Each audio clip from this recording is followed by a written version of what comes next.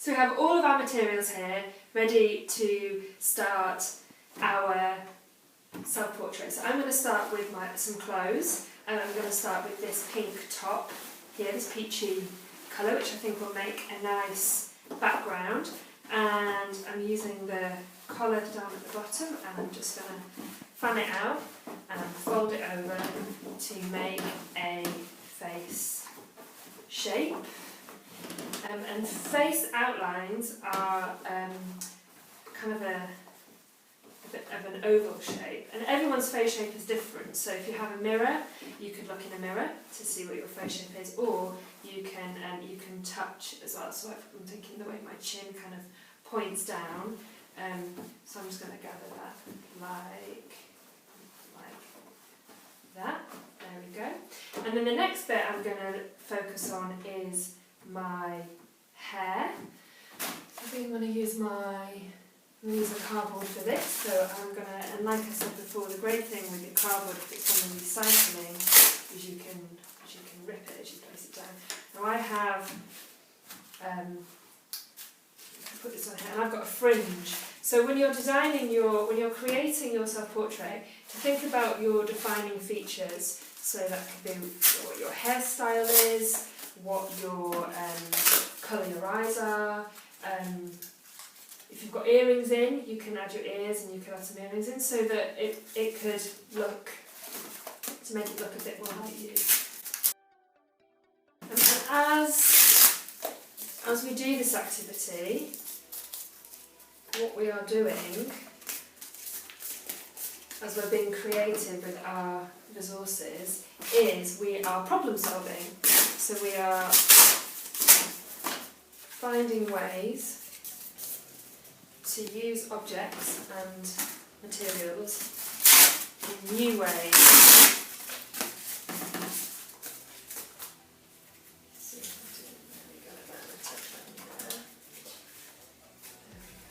And what we're also doing is we're making decisions. We're making quick decisions based on the resources we have around us to design and make our face shape. And these skills, problem solving and decision making, they're also really important skills in being resilient, because to be resilient, to have a strong character and to be able to overcome difficult situations, or if you haven't succeeded at something, you're finding a solution and a way to overcome that tricky situation. And so decision making and problem solving are also really important skills to have in being a resilient person. So it's important to remember, or to know, with doing a self-portrait, is your eyes are actually halfway down your face. We often assume that our eyes are much higher up on the face than they actually are. And sometimes it's hard to tell, so like if I've got a fringe, and so if I lift my fringe up, you can see that my eyes are actually halfway, your eyes are halfway down and not up here in your forehead. And so with my fringe on, my fringe down, and feeling it, I know that it touches my eyebrows, because it needs a good trim. So I'm going to put I'm going to use my peggy eyebrows. I'm going to pop them there and put the cardboard down there. There we go. And cut. Obviously, don't use anything that's too precious or that can break easy. And when you're making it, I thought this cup was quite nice with the white, and then my bottle top lid. And as we're being really creative with our objects and our materials, we can use this opportunity if you're working in a group or with someone else, or even if you're on your own, you can be reflecting and thinking about a time when, or an example when you have been resilient, when you have adapted to a situation, when you've had to be flexible, maybe something hasn't gone your way, or you haven't succeeded in something that you thought you would. It could be not getting the marks you wanted, not getting the test score you wanted on an exam. I know that happened to me. I remember at school thinking I hadn't done as well as I thought I had. It could be not winning a race. To share in your group an experience where you felt something hasn't gone as you expected, but actually you've been resilient in the way that you've overcome the situation. Okay, so there's my eyes.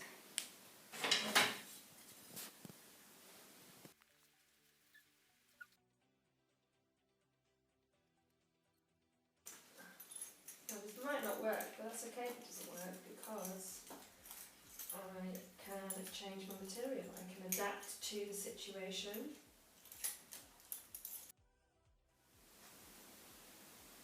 So we have a spatula for the nose, which gives my face a bit of a comical look, but that's okay. And okay, so socks.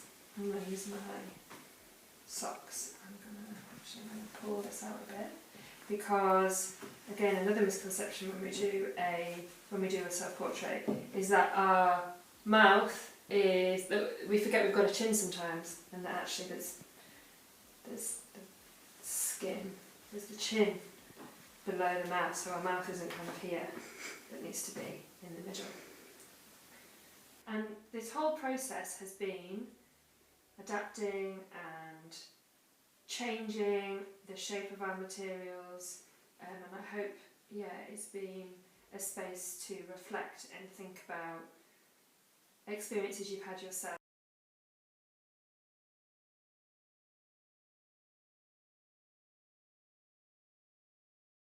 So we can also think about what other words could we use to define resilience? So if you looked in a thesaurus under the word resilient, what other words would be there as well? How else could you describe what being resilient is to somebody else? We've already talked about some of those words already. So problem solving and making quick decisions.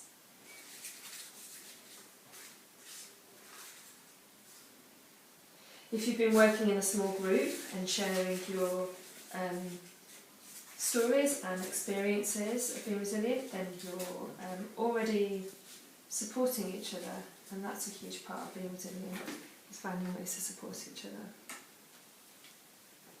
Good. So again with these, I'm going to break these up a bit and then there we go.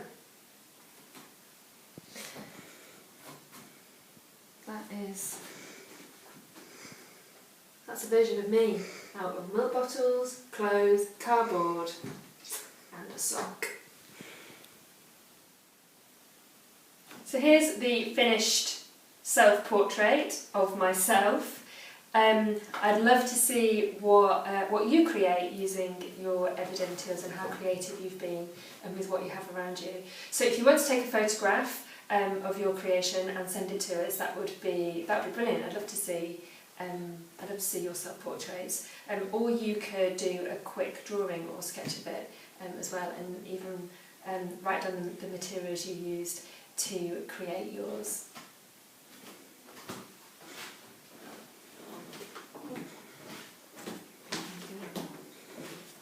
So yeah, I'm quite chuffed with this. We spent a good 10-15 minutes making it, and then also obviously the time before gathering all the materials. So we've invested quite a lot into producing it and making it. But now what we're going to do is we're going to change it, and we're going to turn it into something else.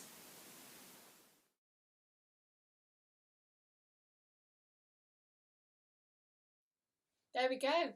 We've created a self-portrait using everyday objects and materials in a different way. I really enjoyed it. I hope you did too. Getting to be creative and thinking how to draw a face, how to make using books and clothes and things from the recycling bin. That is, though, only half of the workshop, because this workshop is about resilience, as we know. Actually, for this next part, what we're going to do is dismantle, deconstruct, take apart our artwork and turn it, adapt it, change our materials and use them in a different way and make a new piece of artwork from our materials. Our theme for what we're going to create is we're thinking about a pose, how you might stand as a resilient person.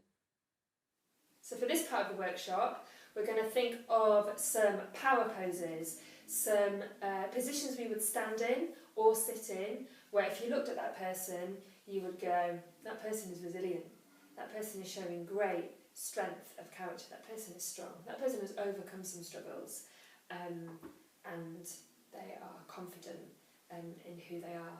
So try some out. Try some out in your group. Try some out in front of a mirror, and come up with your best power pose.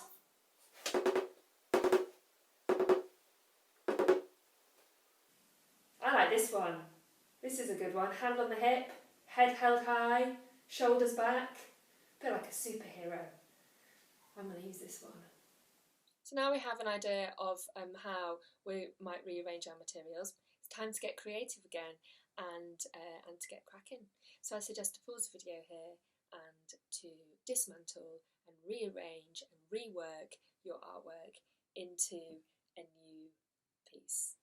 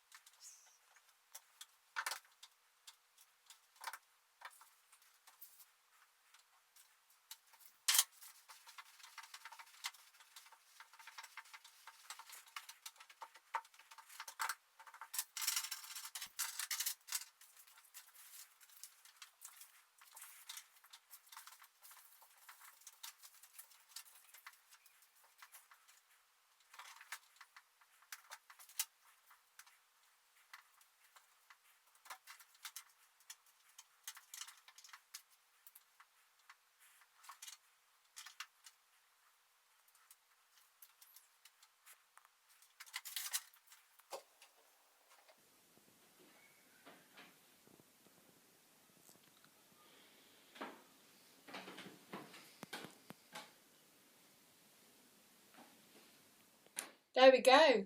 I hope you enjoyed this workshop and creating your artworks. Thank you for being part of this RSE day. It's been great to be creative. It's really important to be creative, especially at the moment in our homes and at school.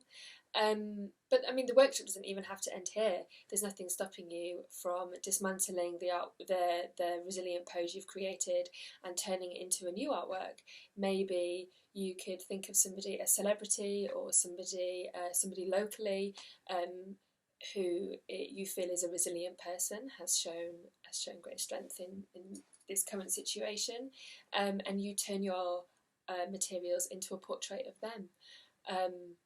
And then you can dismantle that and then turn it into another artwork, and you can keep going with it, taking it apart and then putting it back together and taking it apart and reworking it into a new artwork.